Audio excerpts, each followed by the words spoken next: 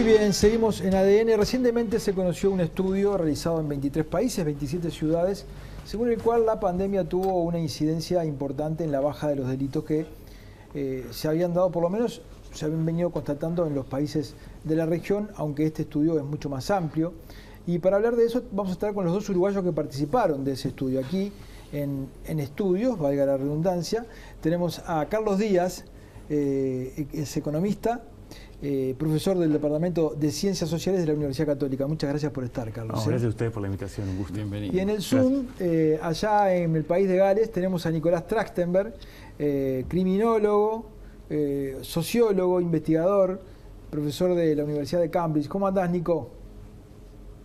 ¿Qué tal? ¿Cómo andan? Bien. Bienvenido. Me gustó la camiseta, la campera, quiero decir, Es de viaje en Australia. Es de Peñarol, chau. No, pero no es negra y es naranja, no es amarilla. Es de Peñarol, a partir de ahora es de Peñarol, chau. Peñarol. Nico, muchas gracias por estar, por acompañarnos.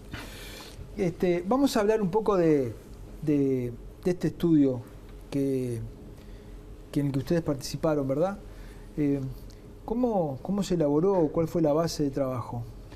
Bueno, este estudio surge de una iniciativa que fue liderada por la Universidad de Cambridge y obviamente también secundada por dos importantes universidades como Utrecht de Holanda y la Universidad de San Pablo de Brasil, y que buscó tener una mirada más general del problema del delito en situación de pandemia.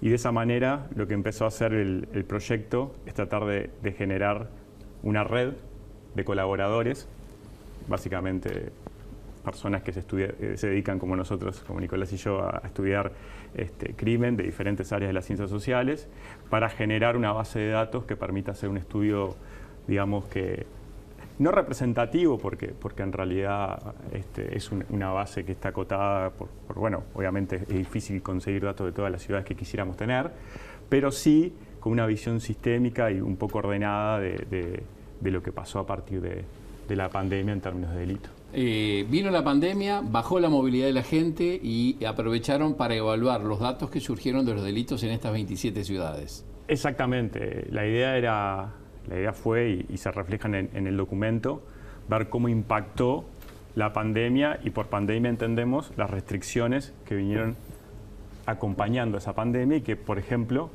redujeron la movilidad. Podemos ir viendo las placas, sí, podemos ir viendo las placas. Bueno, la idea básicamente es entender primero si efectivamente puede haber un vínculo, lo que nosotros queremos en ciencias sociales, no solamente en criminología, en general, es entender si existe alguna relación, no solamente de correlación, sino una relación causal entre un fenómeno, en este caso la pandemia y todas las políticas asociadas a la pandemia, y lo que ocurrió y lo que veíamos, digamos, a simple vista en términos de estadísticas de delitos. Nico, ¿y cómo se introduce acá el papel que tuvieron los gobiernos en su gestión? ¿La gestión de gobierno se tiene en cuenta?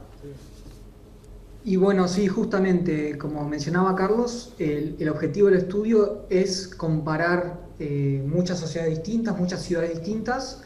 Ya habían empezado a aparecer algunas investigaciones aisladas, viendo el caso de algunas ciudades americanas o de algún país europeo, y acá lo que se quería ver era qué pasaba, digamos, si uno podía entender si este descenso era distinto según las distintas características de las ciudades y según las distintas características de los gobiernos. Y como ustedes bien mencionaron, no todos los gobiernos decidieron enfrentar la pandemia de la misma manera, con la misma intensidad de restricciones. Uruguay es un caso interesante en este sentido, ni por el mismo tiempo prolongado. Entonces, justamente lo que hizo el estudio fue tratar de no solo unir los datos de delitos y armonizarlos para ver qué ocurría con los distintos tipos de delitos y el descenso que ocurría, como ustedes acaban de mostrar en la placa, sino ver si eso había cambiado según el tipo de restricciones. Y lo que observamos fue que justamente los gobiernos que desarrollaban medidas más restrictivas lograban efectos más intensos en la reducción del delito, razonablemente, porque al ser más estrictos los ejemplos en algunas ciudades de Perú o de España son casos paradigmáticos, por oposición a los más liberales, como son, por ejemplo, algunas ciudades suecas. Esas restricciones muy intensas lo que hacían era restringir mucho más la movilidad y que hubiera mucho menos personas circulando por la calle, lo cual reduce las oportunidades delictivas, que es uno de los mecanismos que están detrás de la explicación de por qué se reduce el delito. Ese dato parece ser bien importante, ¿no? El hecho de que aquellos que tuvieron menor movilidad tuvieron mayor baja de delito, ¿no? Yo estuve haciendo un relevamiento bastante antes de que saliera el estudio casi todos los gobiernos de la región admitían esto, solamente el gobierno uruguayo no lo admitía, aunque a pesar de eso, el único delito que les aumentó fue el copamiento, ¿no? Que es un delito en el cual el delincuente va a buscar a la víctima donde está, que es dentro de su casa, ¿verdad? O sea que, digamos, el mecanismo a través del cual se produjo la baja del delito es el elemental, que es, al no tener acceso a la gente, exacto, los delincuentes... La oportunidad del delito, ¿no? Exacto. Eso es algo que discutimos bastante, que tiene que ver con el mecanismo y que vos lo traías a coalición recién. En realidad, lo que ocurre es básicamente que las oportunidades cambiaron. Y básicamente cambiaron oportunidades y se redujeron oportunidades, por ejemplo, en la calle, donde al no haber movilidad no había potenciales objetivos. Eso se notó particularmente en ciudades donde por ejemplo, había o habitualmente hay mucho turismo, como Barcelona, donde el delito, por ejemplo, hurtos cayó 80%. Pero por otro lado también surgieron cambios o potenciales cambios en lo que refiere a la interacción, por llamarlo de alguna manera, o el mecanismo por el cual se ejecuta el delito. O sea, un delito que ocurría, por ejemplo, en una casa, donde el delincuente podría aprovechar la oportunidad cuando una familia se retiraba a realizar un hurto, ahora capaz que tiene que configurarse de otra manera, como tú decías, para ejecutarse, y por eso posiblemente se hayan movido también las cifras de copamientos. Déjame una más. Sí. Nico, en el caso de los delitos más graves vinculados al crimen organizado, ¿no? Como por ejemplo el narcotráfico o los problemas entre delincuentes, que en Uruguay generan la mitad de los homicidios, más o menos, el 50% del ajuste de cuentas. ¿Ahí se vio un movimiento o no? ¿O ahí no tanto? Bueno, es una muy buena pregunta. Creo que hay que ser cautelosos con lo que nuestro estudio muestra, porque nuestro estudio incluye los homicidios. Los homicidios pueden tener, como decís vos, pueden ser parte de conflictos entre bandas o no. Entonces, lo que nuestro estudio muestra es que de toda la baja de delitos, la menor baja, digamos, el delito más inelástico fue homicidios, y de hecho fue solo estadísticamente significativo en 3 ciudades, con lo cual es el que menos reacciona frente a la pandemia. Yendo un poquito por afuera de nuestro estudio, o sea, mirando un poco la literatura, hay algunas investigaciones que se centran particularmente en este caso, en este problema que vos planteás, y por ejemplo una investigación de un mexicano que se llama, creo que del Millar, muestra cómo, para el caso mexicano, por ejemplo, los delitos de homicidios y otros delitos violentos asociados al crimen organizado tienden prácticamente a no modificarse cuando tiene lugar la pandemia. O sea, dando un poco de razón a lo que vos estás planteando. Apelo al economista y te digo el término ceteris paribus, ¿no? En economía dice, bueno, y todo lo demás igual. Porque en Uruguay, en 2020, hay un cambio de gobierno, hay un cambio de administración, un cambio de gestión en la política de seguridad. Sí, ¿en qué medida eso no modifica o solapa los datos reales en comparación con el resto de las ciudades? No, sin duda. Ese es un punto muy, muy importante, y hay 2 particularidades que, bueno, un poco las fuimos mencionando en la entrevista, que tienen que ver con Montevideo. Básicamente, hay el solapamiento es prácticamente total entre el cambio de políticas o cambio de gestión y el comienzo de la pandemia, y al mismo tiempo la particularidad del tipo de recomendación más que de restricción en algunos casos. Si bien existieron restricciones a la movilidad, también se llevaron adelante medidas que eran más bien o que llevaban a sugerir a la población que redujera la movilidad en contraste con otras ciudades donde efectivamente se impidió, por ejemplo, que las familias salieran en ciertos horarios. Es difícil a partir del estudio, el estudio no permite llegar a una conclusión en esa dirección. Lo que uno debería decir en base a lo que observa y teniendo la cautela de las limitaciones, como decía Nicolás, de nuestro estudio, es difícil pensar que la pandemia no jugó un rol.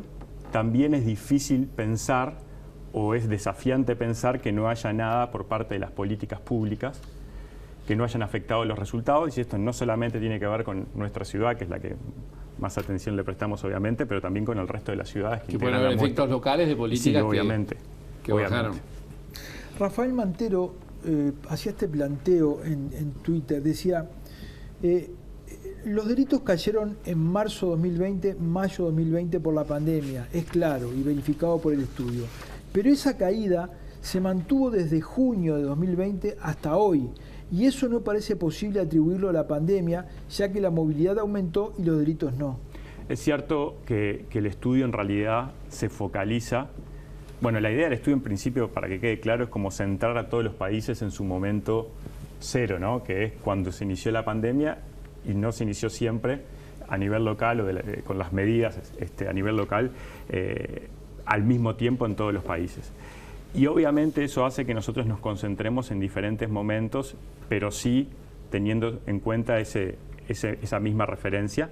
Y nosotros, por ejemplo, para Montevideo no consideramos observaciones que, por ejemplo, están mencionadas ahí, que vienen después y que perfectamente podría ser un argumento razonable. No está en el estudio, no podemos concluir sobre eso, pero sí podríamos pensar de que hay algo más, como decíamos recién, y que podría explicar esa separación entre, bueno, la movilidad empezó a retornar a los niveles previos, pero algunas cifras de delito no. Nicolás, ¿me podés profundizar un poco el concepto de oportunidades del delito? ¿Qué consideraciones deberíamos tener allí? Bueno, básicamente en ese sentido, por eso ha sido divertido trabajar con Carlos. Los economistas y los sociólogos se pelean mucho acerca de cómo explicar el crimen y en parte qué tipo de políticas hay que hacer en base a esas explicaciones. Y hay una discusión entre si a la hora de explicar el delito la clave es las motivaciones, ¿no? O sea, las personas que tienen preferencias o valores o creencias y que eso es con lo que hay que trabajar, o si es simplemente un problema de oportunidades. Y esta pandemia es un increíble experimento para mostrar el rol importante, no único, pero sí importante de las oportunidades. Y básicamente la explicación que está detrás de todo esto es que para que ocurra el delito, lo que tiene que ocurrir es la convergencia de tres condiciones. Tiene que haber targets o víctimas disponibles, tiene que haber un ofensor motivado y tiene que haber ausencia de vigilancia formal e informal. No solo policías, sino vecinos o gente que pasa por ahí. Entonces, lo que hizo esta pandemia fue mostrarnos en una situación muy particular qué ocurre cuando las oportunidades delictivas disminuyen enormemente. Entonces, cuando las tiendas están cerradas, cuando las personas circulan muchísimo menos por las ciudades, por las calles, o como cuando decía Carlos, cuando las personas están en sus residencias, lo que hace eso es que las oportunidades para cometer delitos disminuyen enormemente, y por más que los potenciales ofensores estén motivados a delinquir, se vuelve mucho más costoso hacerlo y por eso se reduce el delito, según esta explicación. Perdón, Nico, ¿y qué pasa cuando a uno de esos tres factores le quitamos uno? Por ejemplo, está lleno, pero el otro día se citó el caso en el que un auto venía persiguiendo a una persona, le tiró 2-3 tiros, la persona cae, se bajan del auto, había un partido de fútbol en torno al cual había unas 80 personas y delante de las 80 personas le pegaron 20 balazos. Ahí hay un factor y es que el control social, entre comillas, estaba, pero el delito se cometió igual. ¿Qué pasa cuando una de esas cosas que vos planteás para que el delito se configure desaparece? ¿Ante qué estamos? Bueno, a ver, es un punto interesante ese. Por un lado, el control, si el control social digamos, También hay que distinguir entre personas que cometen delitos en forma más amateur o más circunstancial y ofensores que están más involucrados, que tienen más trayectorias, que se dedican más profesionalmente a eso y que por ende pueden ser más inelásticos frente a esto. Entonces, por ejemplo, volviendo al ejemplo que ponías vos de los copamientos, ¿no? Los copamientos que se mantienen son individuos que, cuando las oportunidades delictivas se reducen, cuando cometer un delito en las casas se vuelve más costoso, tienen tal nivel de involucramiento en el delito que están igual dispuestos a continuar delinquiendo. Entonces, uno tiene que distinguir qué tipo de ofensores está hablando, y también está el punto importante que mencionabas también vos acerca del delito organizado. Por supuesto que grupos de delito organizado que están estructurados frente al mundo ilícito, si las oportunidades disminuyen y se vuelven más costosas, no van a desmantelar toda la estructura de vida que tienen y dejarla suspendida invernando. Van a tener que mantenerse en ese estilo de vida. Entonces, está bien el planteo porque es una explicación general que sirve, que funciona, que permite explicar una parte importante, pero que no cubre a todos los casos ni a todos los ofensores.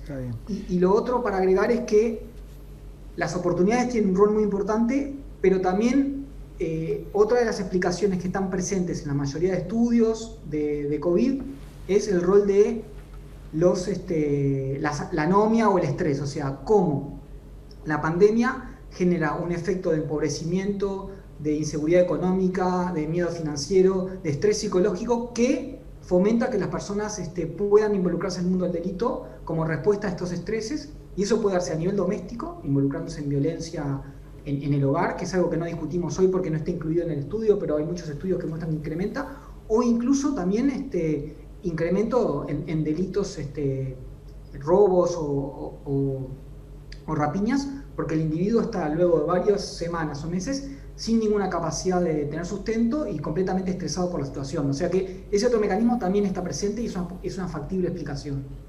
Carlos, ¿cuáles son las categorías de delitos que estudiaron? ¿Cuáles fueron las tendencias a la caída? Porque no todas son iguales. Por ejemplo, los asesinatos, las muertes no bajaron el mismo porcentaje que el resto. Exacto.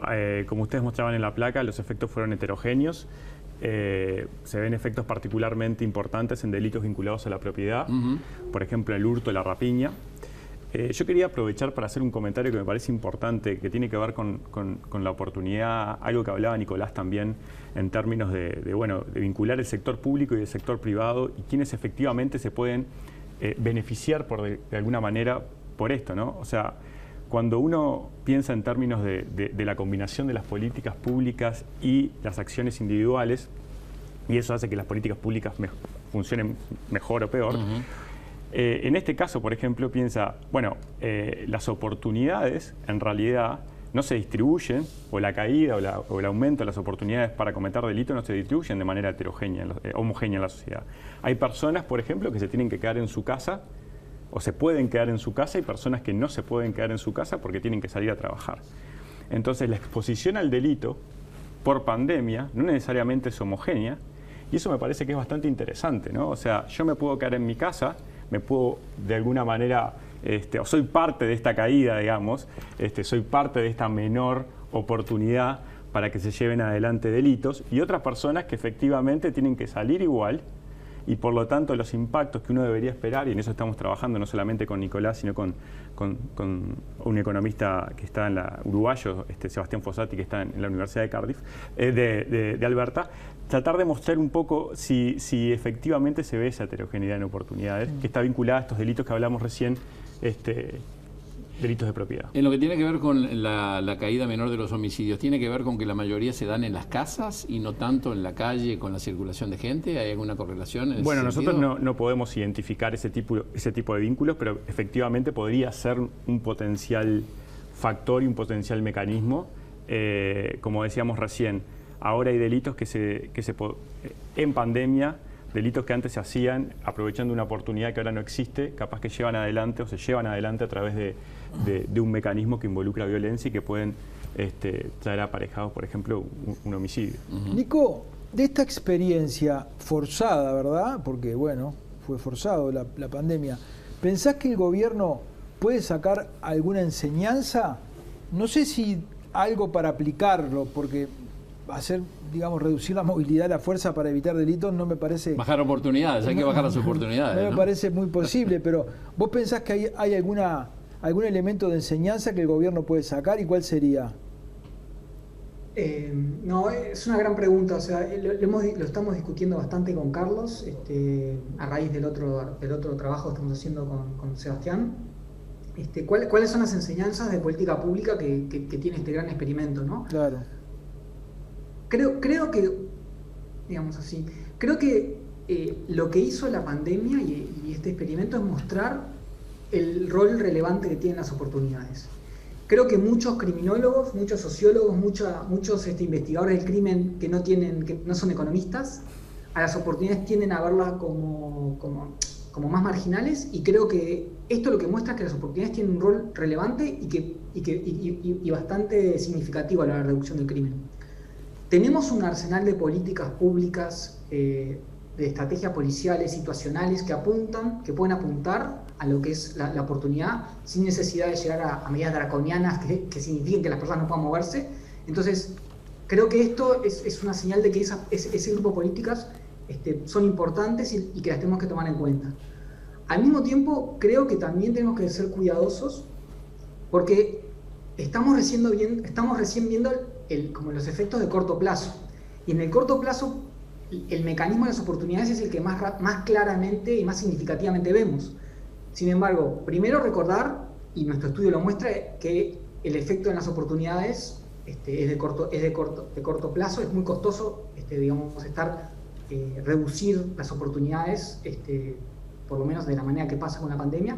Y lo segundo es que los problemas psicológicos, los estreses, las anomias, los strains que se generan en la población pueden generar un efecto de más mediano y largo plazo. Entonces, esos mecanismos también son importantes no olvidarlos y no ignorarlos.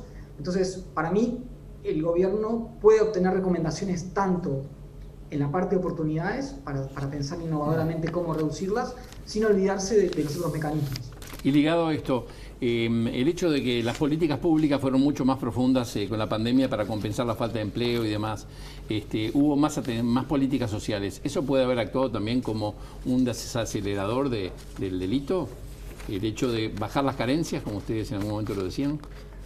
Bueno, eventualmente todo eso puede favorecer, sobre todo si pensamos en delitos que están vinculados con la propiedad, a mitigar algunas situaciones. Bueno, es difícil poder identificar de todas estas fuerzas cuál es la más fuerte, y es cierto, como bien decís, que confluyen un montón de políticas, un montón de situaciones que hacen, creo que yo lo que diría, muy difícil identificar.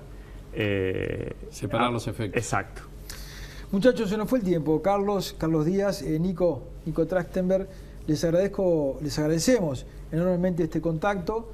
Nos vamos a mantener porque seguramente ustedes van a seguir avanzando en esto, porque la sociedad va a seguir requiriendo voces como las de ustedes que le pongan cabeza, estudio a esto que muchas veces se toca desde lo caliente y desde el talenteo. La verdad que les agradecemos mucho. La violencia doméstica queda aparte en otro estudio. ¿Está previsto? Tanto la violencia doméstica como los delitos informáticos, yo diría que son los grandes ausentes de este estudio, pero siguen dentro de la línea de investigación, así que seguimos trabajando. Muchas gracias por la invitación. Gracias, Carlos. Gracias, Nico. Que pasen bien. Chau, chau. Bueno, nos vamos a una tanda, ya volvemos.